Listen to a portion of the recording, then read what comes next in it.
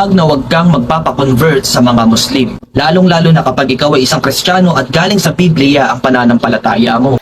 Anong dahilan bakit hindi kami magpapakonvert sa Muslim?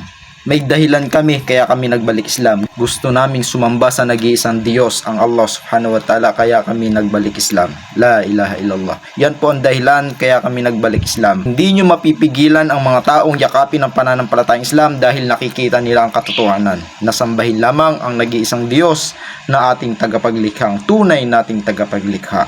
La ilaha illallah.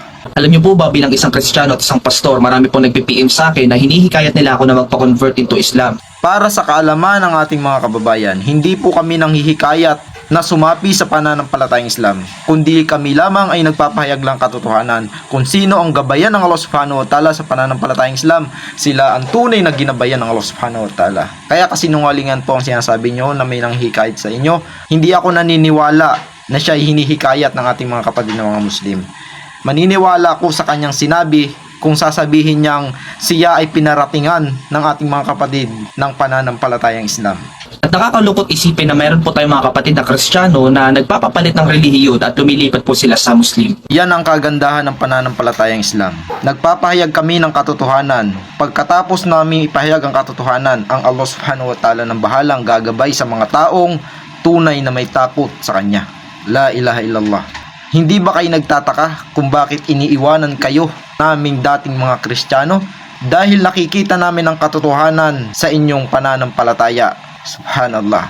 Dahil sa pananampalatayang Islam, iisa lamang ating tagapaglikha. Dahil sa inyong pananampalataya ay napakaraming tagapaglikha. Subhanallah. Yan ang ayaw namin. Unang-unang iniwanan namin sa inyong pananampalataya. Napakadami ng inyong sinasamba. Sa pananampalatayang Islam, isa lamang ang aming sinasamba, ang Allah subhanahu wa ta'ala. Tatlong dahilan kung bakit hindi po tayo dapat magpa-convert or lumipat sa Islam, lalong-lalo na kung ikaw ay isang Kristiyano. Unang dahilan po, Muhammad is not the last prophet. Ito yung mga paniniwala ng mga taong ayaw paniwalaan si Propeta Muhammad sallallahu alaihi wasallam. Sa mga nagdaang panahon, halos lahat ng propeta ay hindi paniwalaan ng mga tao. Subhanallah. Kahit sa panahon natin ngayon, ang mga propeta ay hindi nila pinaniniwalaan. Kani-kanila silang paniniwala. Subhanallah. Ito ang dahilan kung bakit nagpapadala ang Allah subhanahu wa ta'ala ng mga propeta. Dahil hindi nila paniwalaan ang ipinapadala ng Allah subhanahu wa ta'ala. Ang ginagawa nila, pinapatay nila ang mga propetang ipinadadala ng Allah subhanahu wa ta'ala. Subhanallah. Yan ang mga sinasabi ng mga taong kulang sa kaalaman patungkol kay Propeta Muhammad sallallahu alaihi wasallam. Subhanallah. At ano ba ang sinasabi ng Biblia patungkol sa bagay na ito? Basahin po natin yung Romans chapter 10 verse 4. Ganito po yung sinasabi. Sapagkat hindi nila alam na si Kristo ang hangganan ng kautusan. Sa English translation, ang pagkakasabi po dyan, Christ is the culmination of the law. Subhanallah. Huwag niyong gawing mangmang ang mga tao. Subhanallah. Ito ang ginagawa ninyo sa mga tao. Gumagawa kayo ng sarili-sarili ninyong paliwanag. At hindi niyo tinatapos ang nakasulat sa Biblia. Basahin natin yung talata na kanyang ibinigay. Kumplituhin natin ang pagbasa. Sapagkat hindi nila alam na si Kristo ang hangganan ng kasulatan. Dahil sa kanyang ginawa, ang lahat ng sumasampalataya sa kanya ay itinuturing na Diyos na matuwid. Subhanallah. Napakarami ng inyong mga Diyos. Subhanallah. Ito ang inaayawan namin sa pananampalatayang Kristyanismo. Napakaraming Diyos. Subhanallah. Kung yan ay salita talaga ng ating tagapaglikha, hindi nyo makikita ang salungatan. Dahil sinabi ng Allah subhanahu wa ta'ala, kung ang Quran ay hindi salita ng Allah subhanahu wa ta'ala, makakakita kayo ng samot-saring salungatan sa loob nito. Subhanallah. Pero ito ay salita ng Allah subhanahu wa ta'ala. Ni isa, wala kayong makikitang salungatan at pagkakagulo ng mga naniniwala dito. Allahu Akbar. Allahu Akbar. At ito pong si Muhammad ay nagdagdag po ng turo at salita daw ng Diyos. At ito nga po ay ang Quran. Pero mga kapatid, kung titignan po natin mabuti, yung Quran po na sinulat ni Muhammad ay hindi po aral ng ating Panginoong Hesus. Para po sa kaalaman ng ating mga kababayan, hindi po si Propeta Muhammad sallallahu alaihi wasallam ang nagsulat ng Quran. Subhanallah. Ito yung mga taong sa pananampalatayang Islam. Pilit nilang gustong gibain ang pananampalatayang Islam pero wasalat sila sa kaalaman. Subhanallah. At ito ang Quran ay hindi po salita o hindi po aral ni Propeta Jesus alayhisalam. Subhanallah. Dahil si Propeta Jesus alayhisalam, siya po siyang mensahero ng Allah subhanahu wa ta'ala. Subhanallah. Pag-aralan niyo po ang pananampalatayang Islam bago po kayo magsalita patungkol dito. Subhanallah. At ang Quran at ang Biblia ay marami po talagang contradiction. Isang halimbawa na nga lang po dyan is yung naniniwala po sila na si Jesus Christ ay tao lamang at hindi po Diyos. Yes, napakarami ng salungatan ng Biblia at ng Quran. Dito mo makikita ang tunay na salita ng ating tagapaglikha.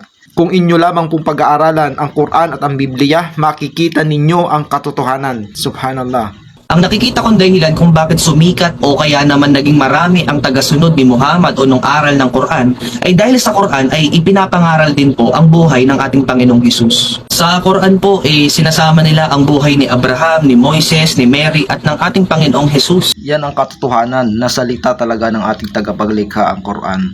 La ilaha illallah. Mababasa dyan ang mga nangyari sa nagdaang panahon at sa mga panahong darating pa. Subhanallah. Wala kang makikitang salungatan sa loob ng banal na Quran at wala kang makikitang pagkakagulo kung sino ang totoong tagapaglikha, kundi ang Allah subhanahu wa ta'ala lamang. Subhanallah. Ko si Juan ay nagbibigay babala sa lahat ng nakakarinig sa mga pahayag ng Diyos sa aklat na ito. Ang sino mang magdagdag sa mga nilalaman ng aklat na ito, idaragdag ng Diyos sa kanyang parusa ang mga salot na nakasulat dito. So makikita po natin na yung mga nagdaragdag sa salita ng Diyos o mga nagdudugtong sa Biblia ay parurusahan po ng Panginoon. Tinutukoy niya dito na ang Quran ay kadugsong ng kanilang Biblia. Subhanallah, yan po ang maling kaalaman. Itong talatang ito ay para to sa kanila. Hindi naman ito para sa ating mga Muslim. Dahil ang Quran ay kinumpleto na ng Allah subhanahu wa ta'ala. Kinumpleto niya lahat ng kasulatan sa mundong ito. Pinagsama-sama ng Allah subhanahu wa ta'ala kung anong ipinahayag niya sa kalahat ng mga propeta, ito ay kinumpleto na ng Allah subhanahu wa ta'ala sa banal na Quran. Subhanallah. Akala ng ating mga kababayan na ang Quran ay bagong labas na kasulatan. Subhanallah.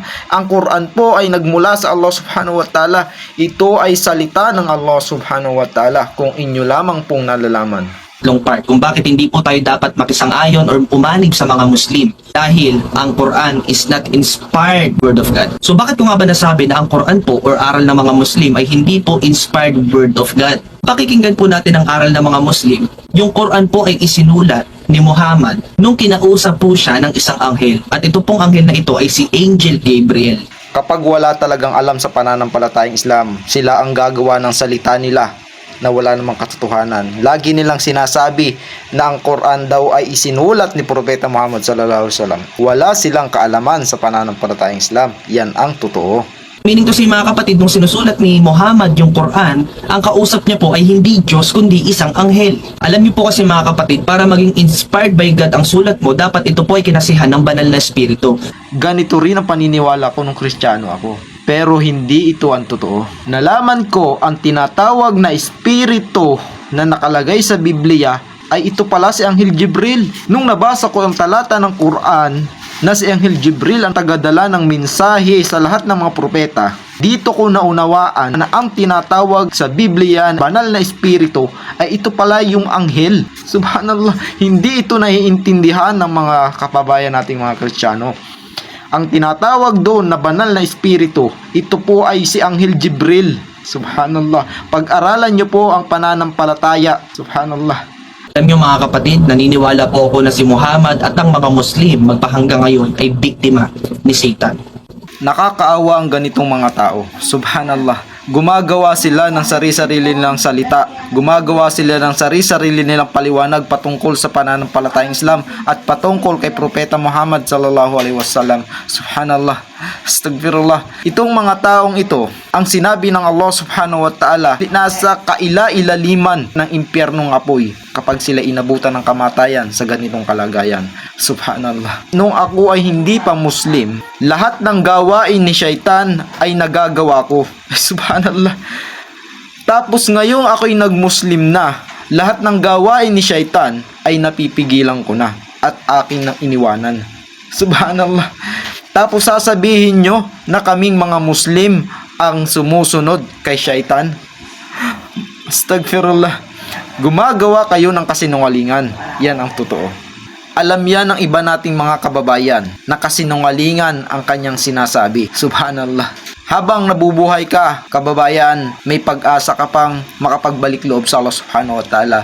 Dalangin namin sa Allah subhanahu wa ta'ala na gabayan ka sa pananampalatayang Islam. Imulat ng Allah subhanahu wa ta'ala ang iyong mata at buksan ng Allah subhanahu wa ta'ala ang iyong puso na tanggapin mo sa iyong puso na ang Allah subhanahu wa ta'ala ang nag-iisang Diyos na nating tagapaglikha. Gawin ka ng Allah subhanahu wa ta'ala na tagapagtanggol ng pananampalatayang Islam laban sa mga walang pananampalataya. Kung naandito ka pa rin sa bidyong ito, ako'y lubos na nagpapasalamat sa iyo dahil tinapos mo ang bidyong ito. Naway pagpalain ka ng Allah subhanahu wa ta'ala at biyayaan ka ng Allah subhanahu wa ta'ala ng mainam na buhay sa mundong ito at maging sa kabilang buhay. Jazakallahu khair. Wa akhiru dawana alhamdulillahi rabbil alamin. Wassalamu alaikum warahmatullahi wabarakatuh.